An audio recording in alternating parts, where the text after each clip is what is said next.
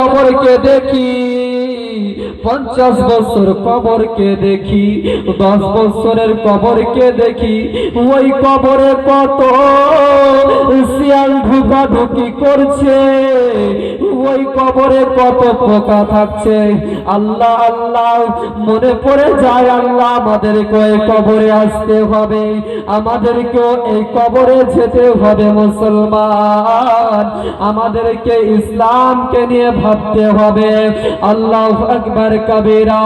আসুন বেরাদার, হযরতে ইব্রাহিম খলিলুল্লাহর যখন জানটিকে কবজ করার যখন মালিকুল মউত হযরতে ইব্রাহিম খলিলুল্লাহর জানখানাকে যখন কবজ করার যখন কবজ করতে যখন গেলেন, হযরতে ইব্রাহিম খলিলুল্লাহ মালিকুল মউতকে বলতে আছে, তুমি কিসের জন্য আসলে আমার কাছে? ইব্রাহিম মালিকুল মউত বলতেছে, আমি তোমার জানখানাকে কবজ করার জন্য আসলাম। ইব্রাহিম খলিলুল্লাহ বলতেছে, নিজের দোষের কি জানখানাকে কবজ করতে পারে? মালিকুল মউত মা জননীরা আমার বাবাজি, মালিকুল মউত আল্লাহর দরবারে গিয়ে উপস্থিত হয়ে গেল। মালিকুল মউত আল্লাহর দরবারে গিয়ে বলতে আছে, আল্লাহ গো, আমি হযরতে ইব্রাহিম খলিলুল্লাহর জানখানা আমি কবজ করতে গিয়েছিলাম, যখন পর জানখানাকে কবজ করব, হযরতে ইব্রাহিম খলিলুল্লাহ বলতে আছে, তুমি নিজের দোষের জান কিভাবে কবজ করতে পারো? আমি আল্লাহ আপনার দরবারে এসে উপস্থিত হলাম। আল্লাহ গো, আপনি কিছু বলেন। আল্লাহ, আমি কি করব? আমার আল্লাহ পাক রব্বুল আলামিন বলতে আছে, শোনো মালিকুল মউত, তুমি যাকে তুমি ওনার কাছে গিয়ে বলে দাও, হযরতে ইব্রাহিম খলিলুল্লাহকে কি যে তুমি কি দেখেছো, নিজের দোষের কি কেউ ক্ষতি করতে পারে? হযরতে ইব্রাহিম খলিলুল্লাহ বলছেন, না, কখনো দেখিনি নিজের দোষের ক্ষতি করতে। তখন মালিকুল মউত বলছে, ঠিক আছে তাহলে। ব্রাদার মুসলমান, যখন বলা হলো ঠিক আছে, সঙ্গে সঙ্গে মালিকুল মউত তার কাছে গিয়ে জানখানাকে কবজ করে নিলেন।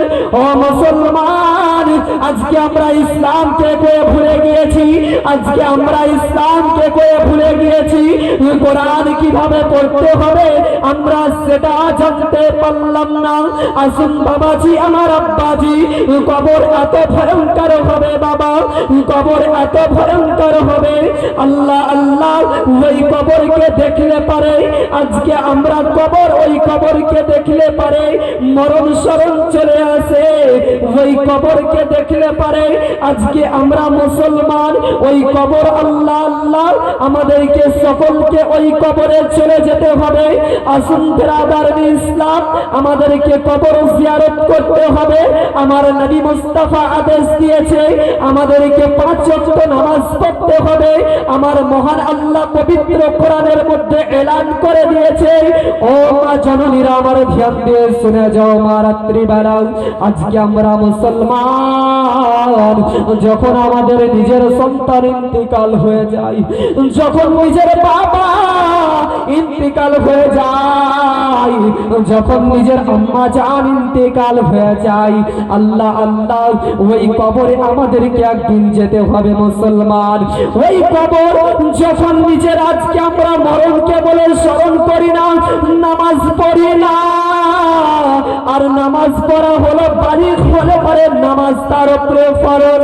কিন্তু মুসলমান, যখন আজকে আমাদের সমাজের মধ্যে দেখা যায় কি যে যখন মা ইন্তিকাল হয়ে যায়, তখন আল্লাহর কাছে তওবা করে নামাজ পড়তে শুরু করি। আল্লাহ আল্লাহ মুসলমান, যখন আজকে আমাদের নিজের বাবা ইন্তেকাল হয়ে যায়, তখন আল্লাহর কাছে তওবা করে আজকে আমরা নামাজ পড়তে শুরু করি। আজকে আমার মায়েরা মরণকে বলে স্মরণ করে না, আর যদি করতো তো সারা করবে পর্দা হয়ে ঘুরে বেড়াতো না। আল্লাহ আল্লাহ অন্যজনকে ছেড়ে দিয়েছে বলে দাও।